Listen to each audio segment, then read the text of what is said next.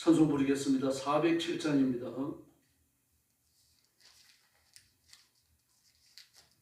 찬송가 407장 부르겠습니다.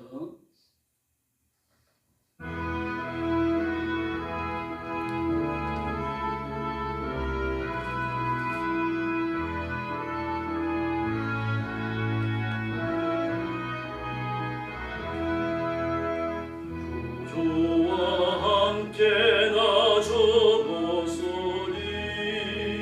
구주와 함께 나 살았도다 영광의 그날에 이르도록 언제나 주만 바라봅니다. 언제나 주는 언제나 새 생명 주시나니 영광의 그날에 이르도록 언제나 주만 바라봅니다. 맘속에 시험을 받을 때와 무거운 근심이 있을 때에 주께서 그때도 같이 하사 언제나 나를 도와주시네. 언제나 주는 날 사랑하사 언제나 새 생명 주시나니 영광의 그날에 이르도록 언제나 주만 바라봅니다.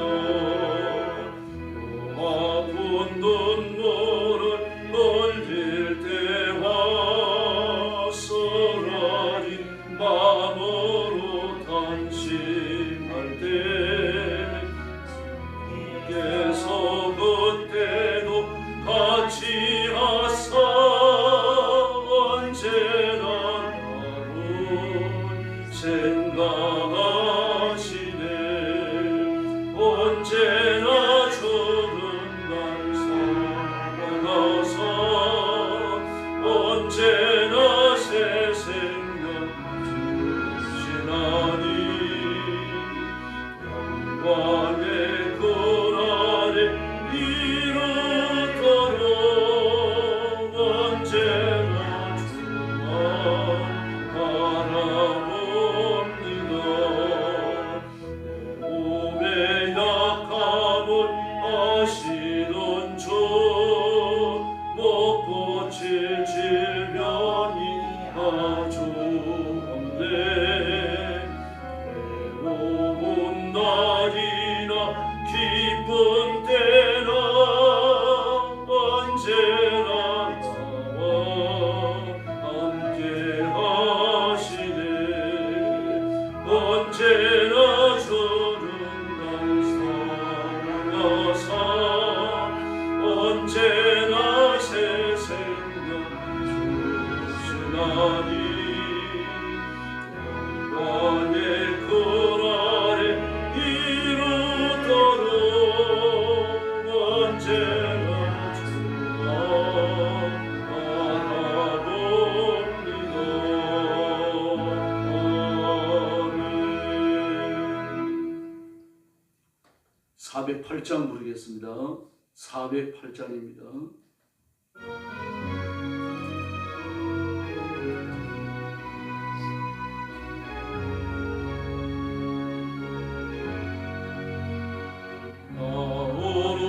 곳에 있던지 너희 마음이 편하다.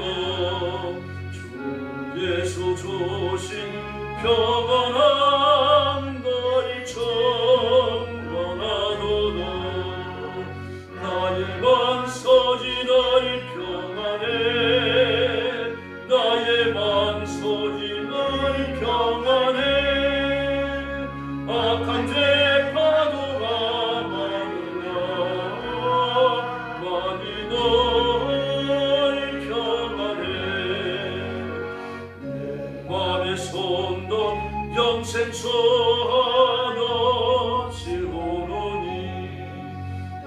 말은 다시 없으면 너희 평안하도다. 나의 맘소지 너희 평안해. 나의 맘소지 너희 평안해. 악한 죄 파도가 많으나 나니 너희 평안해. 참되신 주의 사랑을 영원치 못하네. 그 사랑 내 맘 여시고서 마음을 주셨네. 나의 맘소지 너희 평안해. 나의 맘소지 너희 평안해. 악한 죄 파도가 많으나 많이 너희 평안해. 주 예수 온갖 고난을 내 몸소 다 했나. 주 함께 고난 받으면 나이가 얻었겠네. 나의 맘소지 너희 평안해. 나의 맘소지 너희 평안해. 악한 죄 파도가 많으나 많이 너희 평안해. 할렐루야. 신앙 고백하겠습니다. 나는 전능하신 아버지 하나님 천지의 창조주를 믿습니다. 나는 그의 유일하신 아들 우리 주 예수 그리스도를 믿습니다. 그는 성령으로 잉태되어 동정녀 마리아에게서 나시고 본디오 빌라도에게 고난을 받아 십자가에 못 박혀 죽으시고 장사된 지 사흘 만에 죽은 자 가운데서 다시 살아나셨으며 하늘에 오르시어 전능하신 아버지 하나님 우편에 앉아 계시다가 그위로부터 살아있는 자와 죽은 자를 심판하러 오십니다. 나는 성령을 믿으며 거룩한 공교회와 성도의 교제와 죄를 용서받는 것과 몸의 부활과 영생을 믿습니다. 아멘. 사랑의 아버지 감사합니다. 거룩한 주일 아침에 저희들을 주 앞으로 인도해 주시고 엎드려 경배와 찬양을 바치며 하나님 앞에 예배하게 해주시니 감사합니다. 죄와 허물로 죽은 저희들이 구원받아 하나님의 자녀가 되었고 하나님 앞에 영광 돌리는 이 소중한 직무에 충성하도록 복 주셨으니 감사합니다. 이 땅에서 우리의 숨이 남아있는 동안 힘써 충성하며 하나님의 뜻을 이루게 하시고 하나님 앞에 존귀의 여인 받는 종들이 되게 하여 주시옵소서. 오늘도 땅끝까지 이르러 복음 전하는 사랑하는 성도들, 주의 종들, 선교사님들을 기억하시고 그 선교의 현장에 하나님의 위로와 주일의 안식과 하늘의 권능을 허락해 주시옵소서. 예수님의 이름으로 간절히 기도 올리옵나이다. 아멘. 하나님 말씀 봉독하겠습니다. 출애굽기 23장입니다.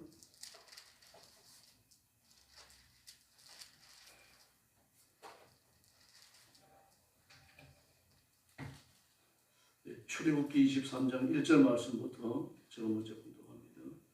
너는 거짓된 풍설을 퍼뜨리지 말며 악인과 연합하여 위정하는 증인이 되지 말며 다수를 따라 악을 행하지 말며 송사의 다수를 따라 부당한 증언을 하지 말며 가난한 자의 송사라고 해서 편벽되게 두둔하지 말지니라.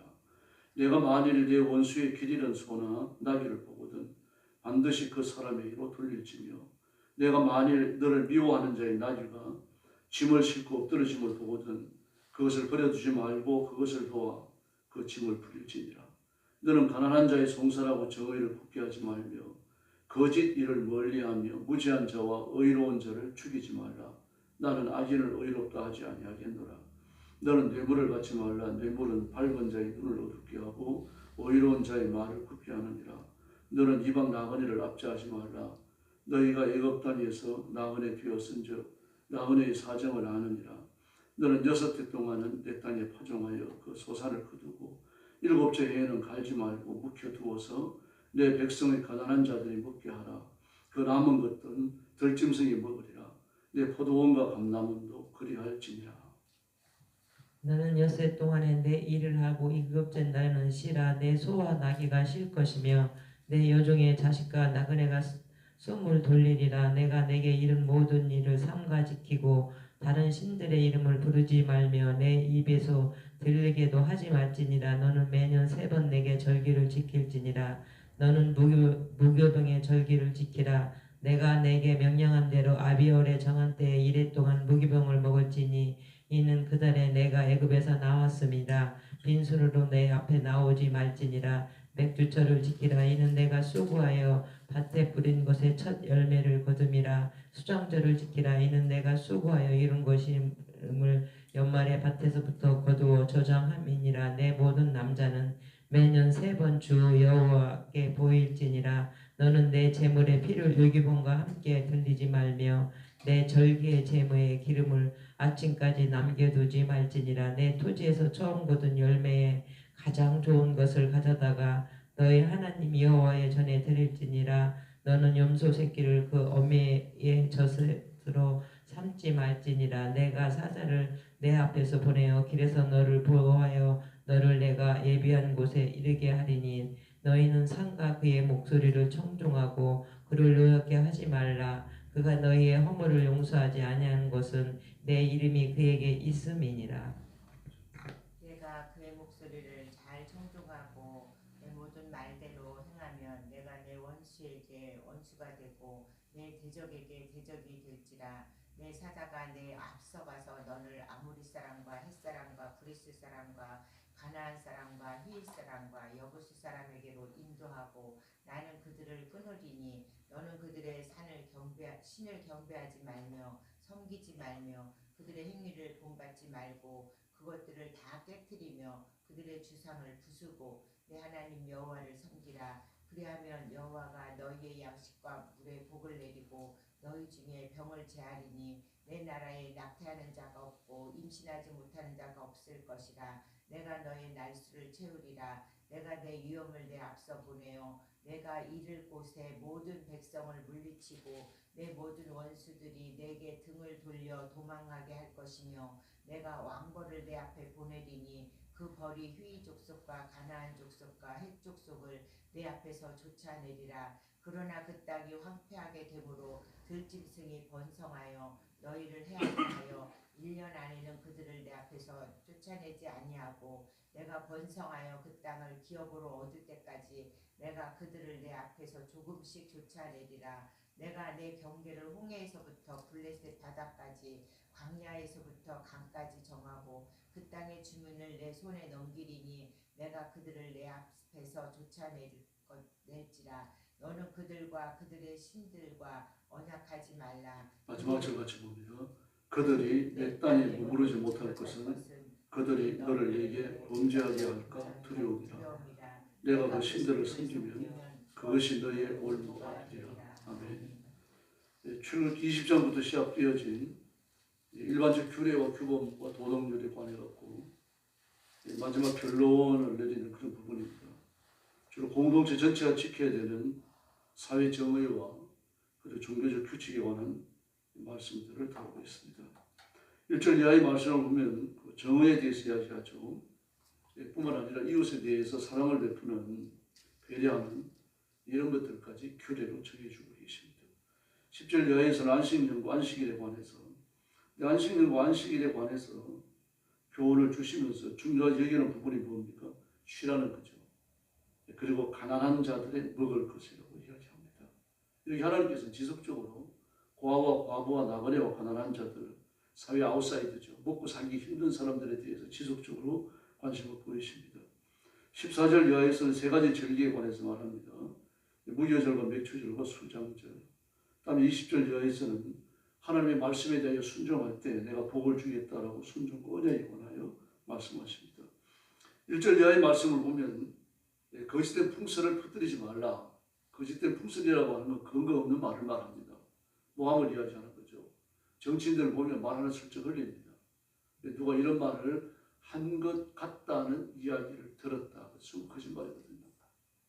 정치인들이 천국하겠느냐 그렇게 좀 극단적이긴 합니다만 그런 말을 하는 사람들도 적지 않아요. 고의적으로 거짓말을 지어가지고 걸리는 거거든요. 그러나 우리 평민들이 그런 죄를 짓긴 쉽지 않습니다. 더구나 일상적인 대인 관계에서 남을 모함할 때 그런 식으로 말하는 사람이 아주 그 말버릇이 안 좋은 사람 아니면 그러지 않잖아요. 그럼 여기에서 그 근거 없는 풍수를 흘리는 거, 이건 아주 악한 의도를 가진 겁니다. 그래서 계획적으로 하고 있는 걸 이야기하는 거죠. 그것과 그 다음에 나오는 거짓 증언이라는 말과 연결이 되고 있어요. 그러니까 거짓 증언을 위해 가지고 풍수를 지어서 퍼뜨리는 거죠. 가령 어떤 사람이 뭐 죄를 짓고 감옥에 갇혔습니다. 재판을 받아야 되는데 이 사람이 불리하니까 그 사람에 대해서 평소에 안 좋은 얘기가 퍼지지 않고 좋은 얘기가 퍼졌다라고 하는 이런 말들, 좋지 않은 풍설, 거짓된 풍설들을 좋은 것도 나쁜 것도 지어가지고 이렇게 퍼뜨리는 거죠. 퍼뜨리고 그런 사람들한테 돈을 주고서 나와갖고 정의를 좀 서라. 이러면 이 사람이 유리한 판결을 내려줄 수 있거든요. 하나님께서는 사람들의 삶을 세심하게 알고 계시는 겁니다. 구만리 장천 높은 하늘에 계실 뿐 아니라 인간들의 삶 속에 깊이 내재하고 계심을 보여주고 있습니다. 뿐만 아닙니다. 다수라고 해서 그게 찬동하지 말라고 말합니다. 다수가 잘못을 저지를 때 따라가지 마라. 다수가 사회 정의를 굳게 할 때 그 정의에 귀 기울이지 마라. 참여하지 말라. 그렇게 말합니다. 다수가 정의가 아니죠. 하나님의 말씀이 정의인 줄로 믿습니다. 뿐만 아닙니다. 3절 이하의 말씀을 보니까 가난한 자의 송사라고 해가지고 부자들을 두둔하지 말라고 말합니다. 두둔한다라는 이야기는 부풀린다 그런 뜻입니다. 다시 말해서 가난한 자를 죽이기 위해 갖고 부자의 좋은 점, 옳은 점을 이렇게 막 부풀리는 걸 말합니다. 그러지 하지 말라는 얘기입니다. 뿐만 아닙니다. 가난한 자는 조금밖에 잘못 안 했는데 그 조금밖에 잘못 안 한 건 막 침소봉장하는 거죠. 이것도 부풀리는 겁니다. 그걸 성경은 뭐라고 말합니까? 두둔하지 말라고 말합니다. 편들지 말라는 얘기죠. 네가 뇌물을 받았을지 안 받았을지 이런 것들을 규정하는 건 아닙니다만 그러나 편들어 주지 말라. 그 배우에 많은 얘기가 있는 거죠. 인간관계가 있을 수도 있고 돈이 왔다 갔다 할 수도 있고요. 또 내가 이 사람을 봐주면 이 사람이 사회적 지위가 있으니까 나중에 나에게 좀 유리한 일이 있을 것이다. 이런 다양한 관계성들을 따져가지고 편들어 주지 말라고 말합니다. 하나님의 말씀, 하나님의 정의가 실현되어져야 할 줄로 믿습니다. 뿐만 아닙니다. 그 4절 이하의 말씀을 보니까 미워하는 사람, 5절에는 4절에는 원수, 5절에는 미워하는 사람 그랬습니다. 이게 평소에 나와 감정이 좋지 않은 사람이 있었는데 그 사람이 짐승을 키우고 있는데 그 짐승이 길에 나와가지고 헤맨다든지 누가 또 엉겹게 끌고 간다든지 그걸 보면은 바로 좀 얘기를 해주고 재산상의 손해를 보지 않도록 그렇게 하라는 겁니다. 사회 정의죠. 관심과 배려인데 원수라고 하더라도 좀 좋지 않은 관계에 있다고 하더라도 그런 사람에게 끝까지 등 돌리지 말고 그런 사람이 위기를 당하는 걸 보면 도와주라고 이야기합니다. 더구나 5절 하반절에 보니까 반드시 그럽니다. 반드시 임자가 나귀를 이렇게 세우는 것을 도와주라. 원수의 나귀가 넘어지는 걸 보거든. 그 넘어진 나귀를 이렇게 세울 때 도와주라는 얘기예요. 반드시라는 말을 씁니다. 피해갈 수 없는 거죠. 어떤 핑계를 대서라도 피하지 말라는 얘기입니다. 6절에서 가난한 사람의 송사, 7절에서는 거짓 고발, 8절에서는 뇌물을 받는 재판 이런 것들을 피하라고 말합니다. 그리고 9절 이하에서 너희가 나그네를 보든 잘 도와라. 너희가 애굽에서 나그네로 몸부쳐 살 때 서름을 많이 당하지 않았느냐 그렇게 말합니다. 나그네의 사정을 9절에서요. 이 사정이라고 하는 말은 마음이라는 뜻입니다. 대표시거든요. 마음이라는 뜻인데 그러니까 나그네로 살면서 짓눌리는 그 피해 입은 듯한 감정 말입니다. 근데 위축되어 있잖아요. 지금은 뭐 나그네들이요 오히려 더 당당합니다만 돈이 있고 뭐 그러니까 환경이 좋으니까요. 이 당시 나그네는 오늘 앞에도 그런 말을 했는데요. 여행을 하려고 하는 사람은 유서를 쓰고 그리고 재산을 정리해라고 합니다.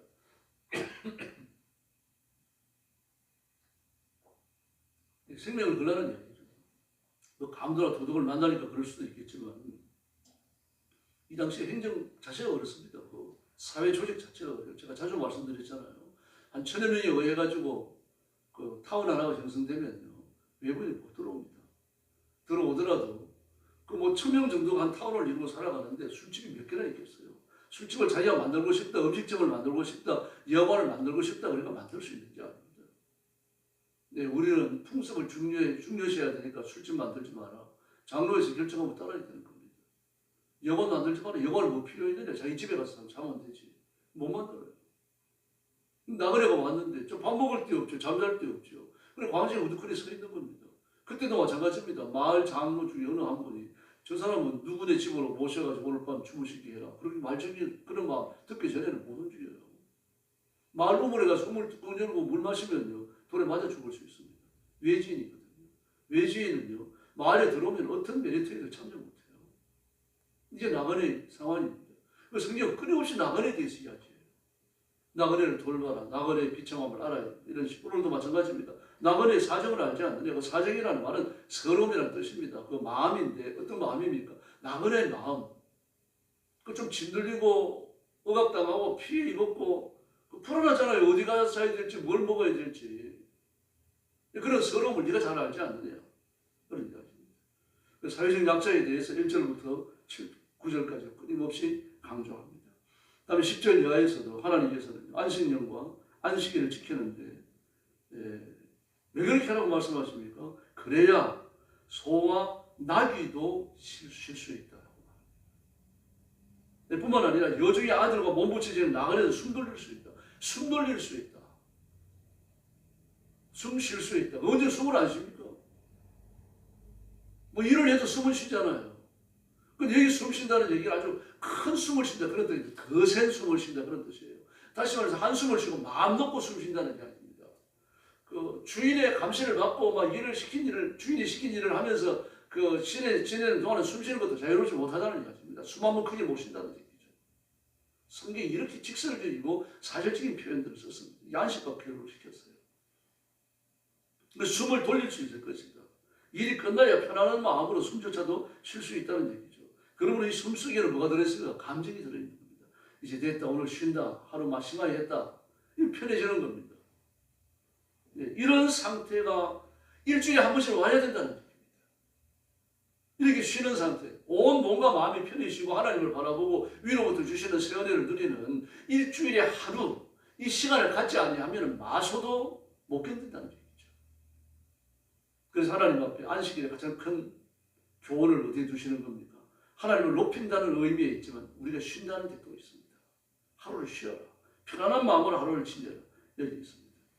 그러면서 하나님께서 14절 이하에서는요. 세 차례의 절기에 관하여 말씀하십니다. 아비벌의 적당한 때에 정한 때에 아비벌이라고 그랬죠. 이제 니산월 정월을 말합니다. 유대력이죠.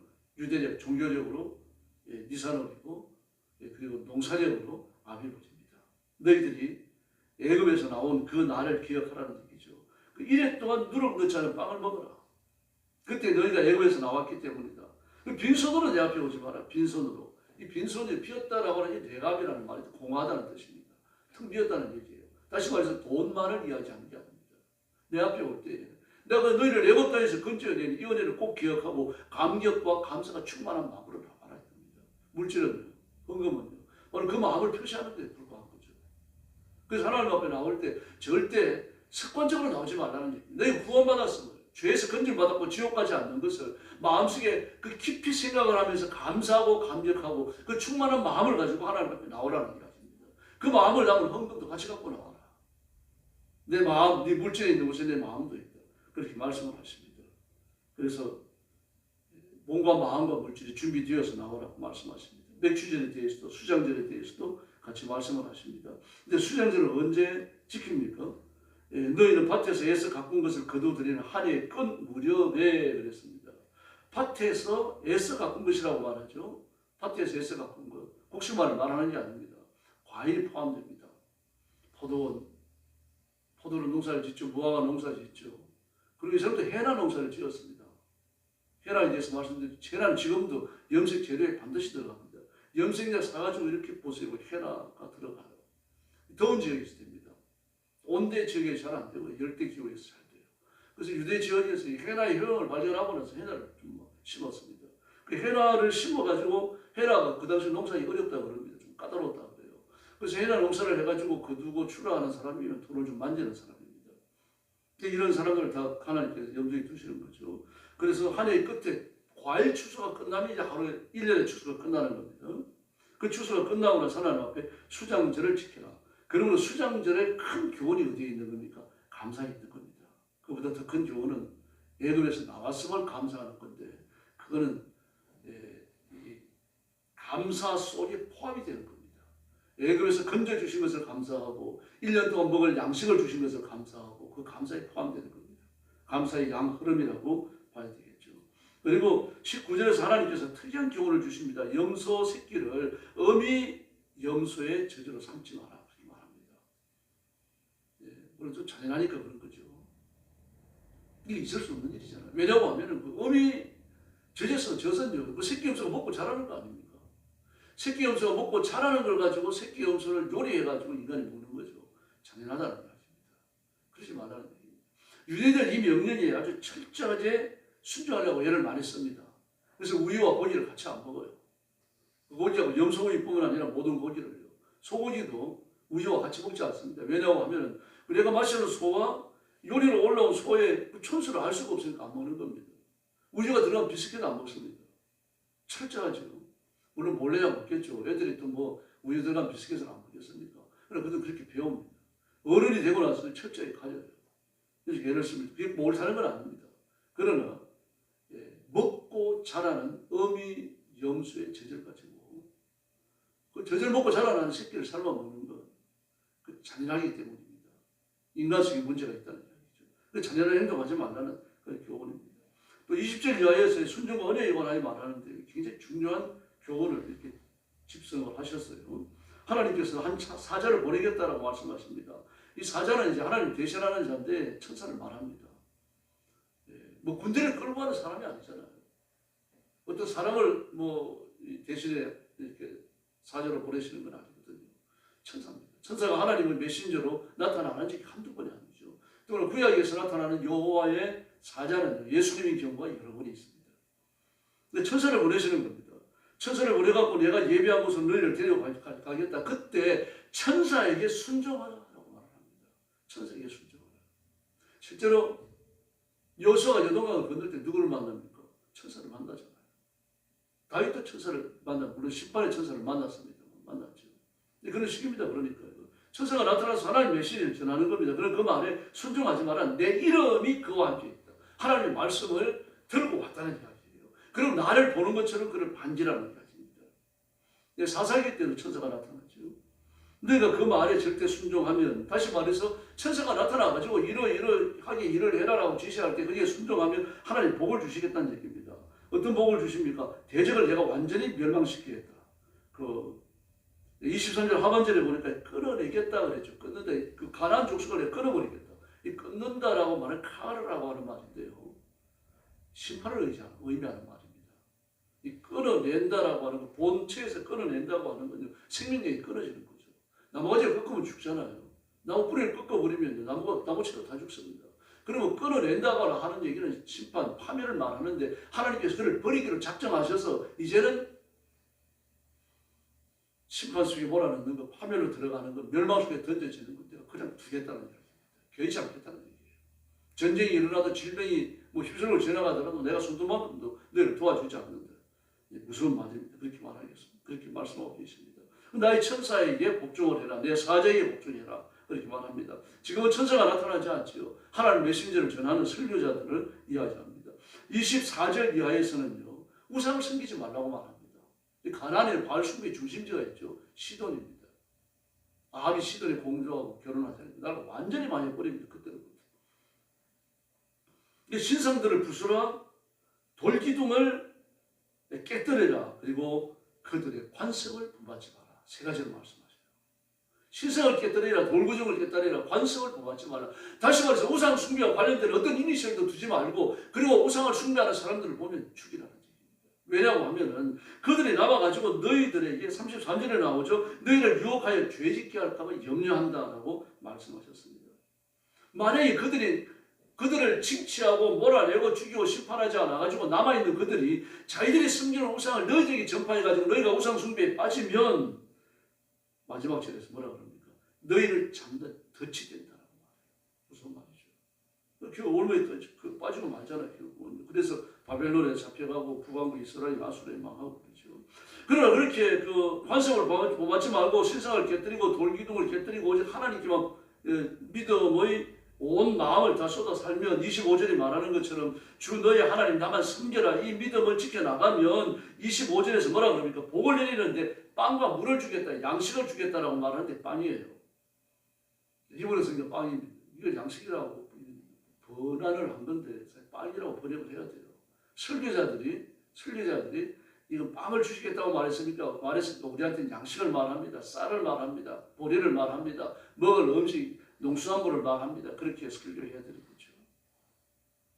번역은 빵이라고 해야 오는 겁니다. 이런 데가 참 여러 군데 있어요.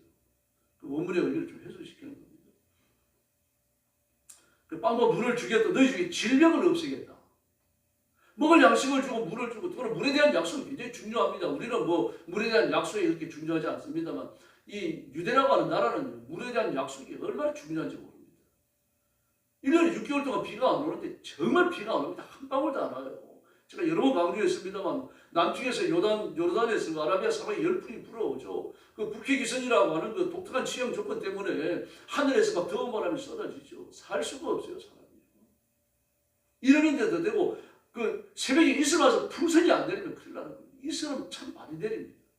막 낮에는 40도, 45도, 50도로 내리죠. 밤에는 막 20도 이하로 떨어져 버립니다. 많이 떨어질 때 10도까지 떨어져요. 그러니까 머리 죽는 사람이 나오는 겁니다. 그런 기온차가 심하니까 이슬은 아주 풍성합니다. 들판에 나가 있는 저런 그 양치는 목동들이나 또 들판에 살고 있는 짐승들이 그걸 먹고 살 정도로 풍성해요. 마실 정도로.